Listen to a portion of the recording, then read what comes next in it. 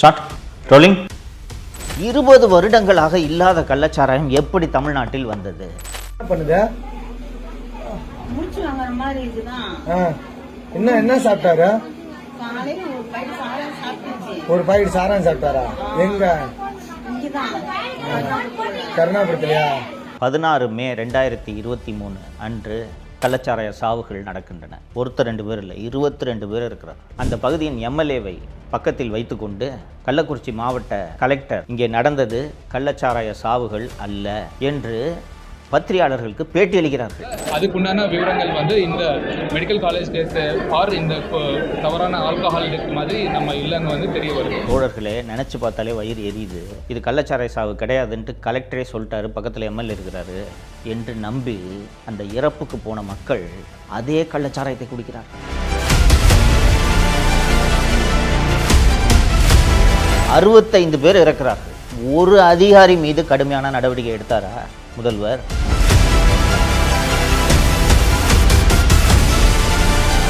செத்து போன குடும்பத்துக்கு 10 லட்ச ரூபாய் மக்கள் வரிப்பணத்தை தூக்கி விட்டடிச்சுட்டு அவங்க வேலை முடிஞ்சு போச்சா?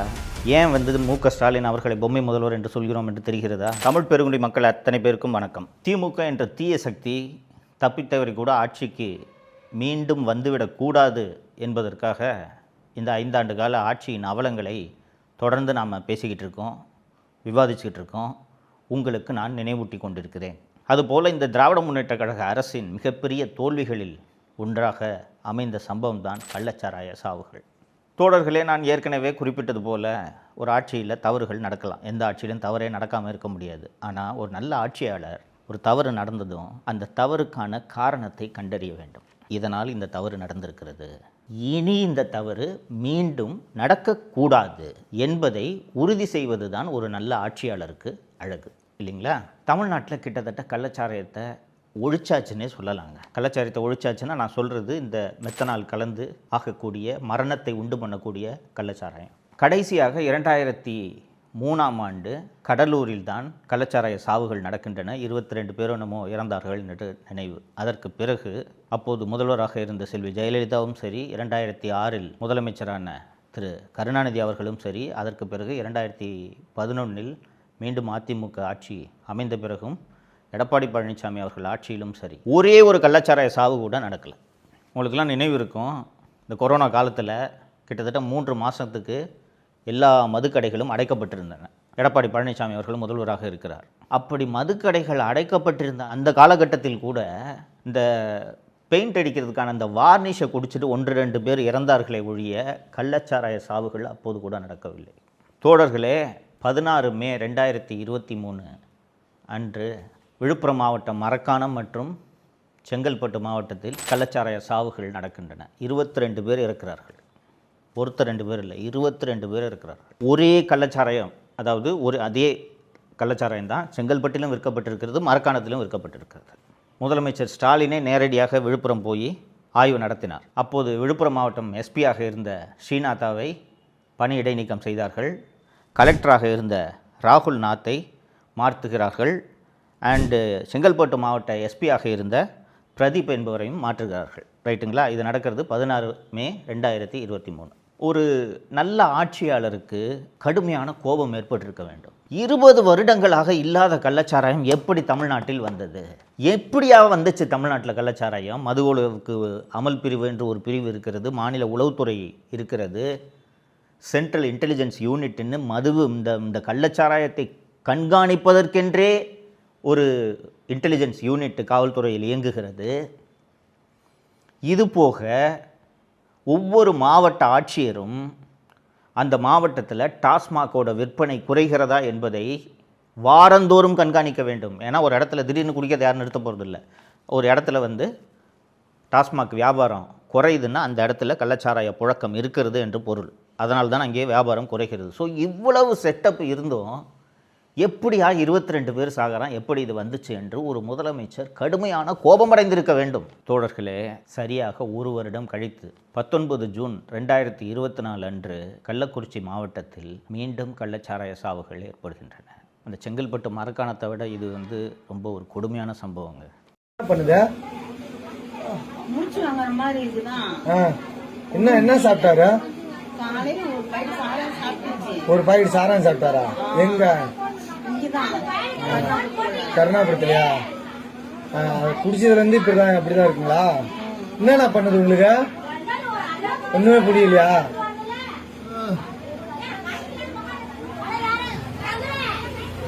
கள்ளக்குறிச்சியில் உள்ள கருணாபுரம் என்ற இடத்தில் ஃபஸ்ட்டு இந்த இன்சிடெண்ட்டு தொடங்குது. ஒருவர் மயங்கி விழுகிறார், மயங்கி விழுந்து இறந்து போகிறாரு. ஒரு கணவன் மனைவி உடம்பு சரியில்லைன்ட்டு ஹாஸ்பிட்டலுக்கு போகிறாங்க. உடம்பு ரொம்ப மோசமாக இருக்குது, வயிற்று வலிக்குதுன்னு. இவங்க 3 பேரும் மது அருந்திருக்காங்க. 4 பேர் மருத்துவமனையில் அனுமதிக்கப்பட்டு இறந்து போகிறார்கள். அந்த பகுதியின் எம்எல்ஏவை பக்கத்தில் வைத்துக்கொண்டு கள்ளக்குறிச்சி மாவட்ட கலெக்டர் திரு ஸ்ரவன்குமார் ஜட்டாவத் என்பவர், இங்கே நடந்தது கள்ளச்சாராய சாவுகள் அல்ல, அந்த மாவட்டத்தின் எஸ்பி சமைசிங் மீனா என்ன காரணம்ன்ட்டு நாங்கள் புலனாய்வு பண்ணிக்கிட்டு இருக்கோம், நிச்சயமாக கள்ளச்சாராய சாவு அல்ல, அதை மட்டும் எங்களால் உறுதியாக சொல்ல முடியும் என்று பத்திரிகையாளர்களுக்கு பேட்டியளிக்கிறார்கள். இன்னைக்கு காலையில் நம்ம கள்ளக்குறிச்சி கோட்டைமேடு பகுதி கருணாபுரம் பகுதியில் ஒரு பரபரப்பான செய்தி வந்து எல்லா சமூக வலைதளங்களில் ரிப்போர்ட் ஆனது. இதுக்குண்டான விளக்கம் வந்து நாங்கள் மருத்துவக் கல்லூரி ஆஸ்பத்திரியில் இருக்க ரிப்போர்ட் பண்ணக்கூடிய 14 பேருக்கு வந்து நம்ம சிகிச்சை வந்து தமிழக அரசாங்கம் மூலிமா வந்து தரமான சிகிச்சை வந்து நம்ம கொடுத்துட்ருக்கோம். குறிப்பாக இந்த தவறான செய்தி பற்றி விளக்கம் நம்ம கூடுதல் டீட்டெயில்ஸ் விவரங்களுக்கு போனோம்னா அதில் வந்து ஒரு 3 டெத்து நடந்ததாக வந்து தவறான செய்தி வந்து வந்திருந்தது. இந்த 3 டெத்துமே வந்து நம்மளுடைய கள்ளக்குறிச்சி மெடிக்கல் காலேஜ் ஹாஸ்பிட்டலில் நடந்த இறக்கம் கிடையாது. அதில் பிரவீன் இருக்க ஒரு பையன் வந்து வயிற்று வலின்னு சொல்லி நேற்று வந்துட்டு மறுபடியும் குணமாகிட்டு வீட்டுக்கு போயிட்டாப்புல. அது இல்லாமல் 2 பேர் வந்து வேறு டெத்துக்காக, ஒரு ஆள் வயசாக இறந்துட்டார், இன்னொரு ஆள் ஃபிட்ஸ் மூலியமாக இறந்ததாவது தகவல். அது எல்லாமே வந்து out of the hospital death தான் வந்து நடந்ததுனால அதுக்குண்டான விவரங்கள் வந்து இந்த மெடிக்கல் காலேஜ் டெத்து ஆர் இந்த தவறான ஆல்கஹால் டெத் மாதிரி நம்ம இல்லைன்னு வந்து தெரிய வருது. அந்த 4 பேர் ஏற்கனவே இறந்து போனாங்கன்ட்டு சொன்னேன்ல, அந்த வீட்டின் இழவுக்கு, அவர்களது இறப்புக்கு அந்த ஊர் மக்கள், கிராமம் இல்லையா, ஊர் மக்கள் அத்தனை பேரும் போகிறார்கள். தோழர்களே, நினச்சி பார்த்தாலே வயிறு எரியுது. இது கள்ளச்சாராய சாவு கிடையாதுன்ட்டு கலெக்டரே சொல்லிட்டாரு, பக்கத்தில் எம்எல்ஏ இருக்கிறாரு என்று நம்பி அந்த இறப்புக்கு போன மக்கள் அதே கள்ளச்சாராயத்தை குடிக்கிறார்கள். 65 பேர் இறக்கிறார்கள். ஒருத்தர் 2 பேர் இல்லைங்க, 65 பேர் இறக்கிறார்கள்.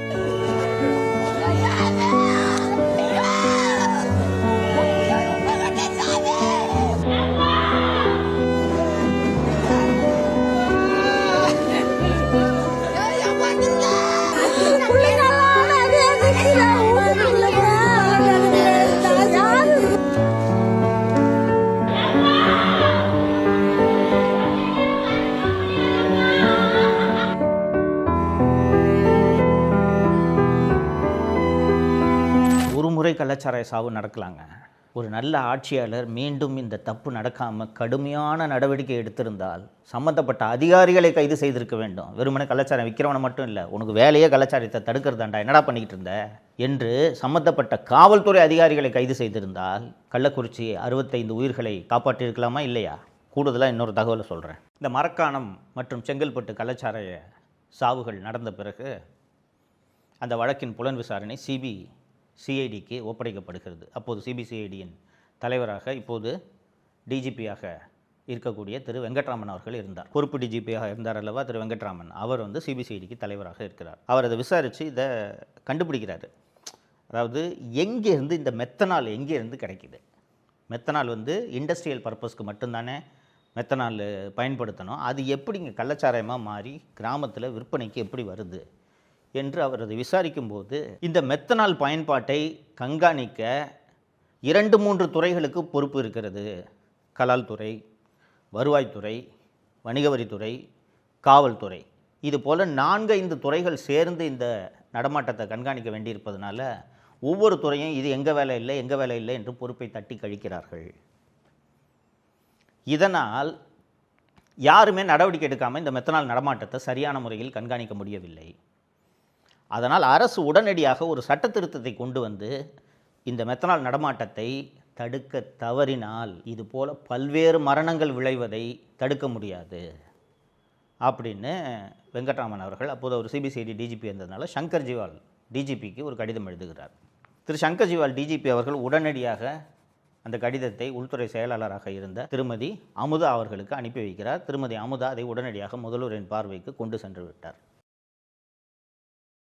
அப்போது விழித்துக்கொண்டு நடவடிக்கை எடுத்திருந்தால் கள்ளக்குறிச்சியில் 65 பேர் இறந்திருக்க மாட்டார்களா இல்லையா? செங்கல்பட்டு மற்றும் மரக்காணத்தில் இந்த கள்ளச்சாராய சாவுகள் நடந்ததும் அரசு உடனடியாக செய்த வேலை என்னவென்றால், இறந்து போன அத்தனை பேருக்கும் 10 லட்சம் ரூபாய் தலா, ஒரு குடும்பத்துக்கு இறந்தவர்களுக்கு தலா 10 லட்சம் ரூபாய் நிதி அறிவிக்கப்பட்டது. ஏற்கனவே செங்கல்பட்டு மற்றும் மரக்காணத்தில் இறந்தவர்களுக்கு 10 லட்சம் ரூபாய் நிதி அறிவிக்கப்பட்டு விட்டதால் அதன் பிறகு கள்ளக்குறிச்சியில் இறந்த 65 பேருக்கும் தலா 10 லட்சம் ரூபாய் வழங்கப்பட்டு விட்டது. இது ஏழை மக்கள், தலித் மக்கள், விளிம்பு நிலை மக்கள், அவர்களுக்கு 10 லட்சம் ரூபாய் சென்று சேர்வது எங்களுக்கு ஒன்றும் வருத்தம் இல்லை, மக்களுக்கும் வருத்தம் இருக்காது.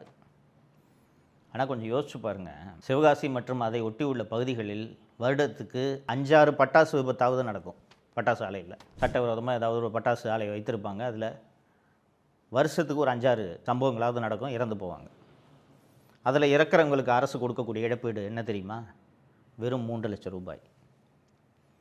வயிற்று பொழப்புக்காக பட்டாசு ஆலையில் வேலை செஞ்சு இறக்குறவனுக்கு 3 லட்சம் ரூபாய், கள்ளச்சாராயம் குடித்து செத்தவனுக்கு 10 லட்சம் ரூபாய் கொடுக்குற திராவிட மாடல் அரசை எங்கேயாவது பார்த்துருக்கீங்களா நீங்கள்? ஆட்சி நடத்த தெரியாதவர்கள் நடத்தினால் ஆட்சி எப்படி இருக்கும் என்பதற்கான உதாரணம்தான் இது. இது போன்ற ஒரு கேலி கூத்தான ஆட்சியை எங்கேயாவது பார்க்க முடியுமா? செங்கல்பட்டு மரக்காணத்தில் கள்ளச்சாராய சாவுகள் நடந்தபோது அந்த அதிகாரிகள் மீது கடுமையாக நடவடிக்கை எடுத்திருந்தால் இந்த கள்ளக்குறிச்சியில் இந்த மரணங்கள் நடந்திருக்குமா? நண்பர்களே, மாநில அரசு இந்த வழக்கை சரியாக விசாரிக்காது. ஏற்கனவே செங்கல்பட்டு மற்றும் மரக்காணம் கள்ளச்சாராய சாவுகள் குறித்து சிபிசிஐடி விசாரித்து கொண்டிருக்கிறது. அந்த விசாரணை நடந்து கொண்டிருக்கும் போதே மீண்டும் கள்ளச்சாராய சாவுகள் நடந்திருக்கின்றன என்று அண்ணா திராவிட முன்னேற்ற கழகம் சார்பில் சென்னை உயர்நீதிமன்றத்தில் வழக்கு தொடுக்கப்படுகிறது.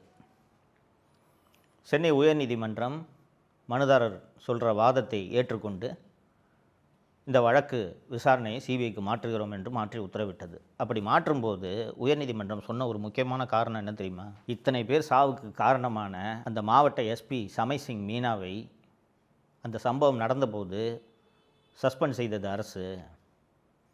ஆனால் 3 மாதம் கழித்து எந்த காரணமும் சொல்லாமல் அந்த அதிகாரிக்கு மீண்டும் பதவி வழங்கப்பட்டு விட்டது. ஏற்கனவே செங்கல்பட்டு மற்றும் மரக்காணம் கள்ளச்சாராய சாவுகளுக்கு பொறுப்பு என்று விழுப்புரம் எஸ்பியாக இருந்த ஸ்ரீநாத் ஐபிஎஸ்ஐ சஸ்பெண்ட் செய்தார்கள் என்று சொன்னேன் அல்லவா? அவருக்கும் மீண்டும் வேலை வழங்கப்பட்டு விட்டது. ஏற்கனவே உங்களுக்கு நினைவு இருக்கும், பல்வீர் சிங் என்ற இந்த பல்லை பிடுங்கிய அந்த ஐபிஎஸ் அதிகாரிக்கு மீண்டும் பணி வழங்கப்பட்டது என்பதை நான் ஏற்கனவே சொல்லியிருந்தேன். அதே போல் இந்த கள்ளச்சாராய சாவுகளுக்கு காரணமான ஐபிஎஸ் அதிகாரிகளுக்கும் மீண்டும் பணி வழங்கப்பட்டு விட்டதால் இதுவே ஒரு முக்கியமான காரணம், இந்த வழக்கு விசாரணை சரியாக நடைபெறாது அப்படின்னு சொல்லி சென்னை உயர்நீதிமன்றம் கள்ளக்குறிச்சி கள்ளச்சாராய சாவு விவகாரத்தை சிபிஐ விசாரணைக்கு மாற்றியது. ஏன் மு.க. ஸ்டாலின் அவர்களை பொம்மை முதல்வர் என்று சொல்கிறோம் என்று தெரிகிறதா? ஒரு முதல்வருக்கு கோபம் வர வேணாமாங்க? என் ஆட்சியில் அப்படி நடக்குது.